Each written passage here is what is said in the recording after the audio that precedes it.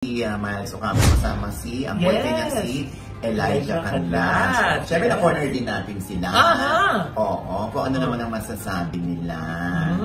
Kailan naman ang kasal. Ay, yun ang napag-usapan? Ewan ko, basta kung saan na lang naglaro ito o ito.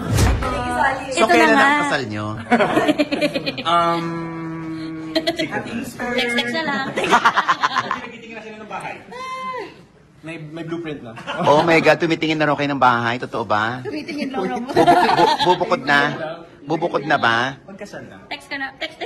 Ayan ang sinasabi ko, mga ganyan, mga pagkasal na, tapos mababiral yan, ha? Oo. Ayan na. Alam na, ha? Yan. Ay, ayun. Wala lang, mga biru-biruan lang yan. Ay, naghahanap na doon ng bahay, Ano ba yan? Yun na. Basta naramdaman natin sa dalawang ito kung gaano nila kamahal ang isa't isa.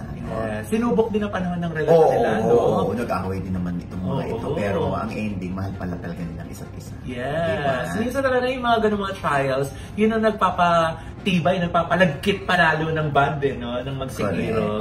Kita mo si Mena, tsaka si Junel, di ba? Oo, di ba? Ang lagkit-lagkit. Di ba? Oo. Lagkit-lagkit. Parang nakaniwi ka dyan, Mena. Natatae. Ha? Ha? Sino din naliligo?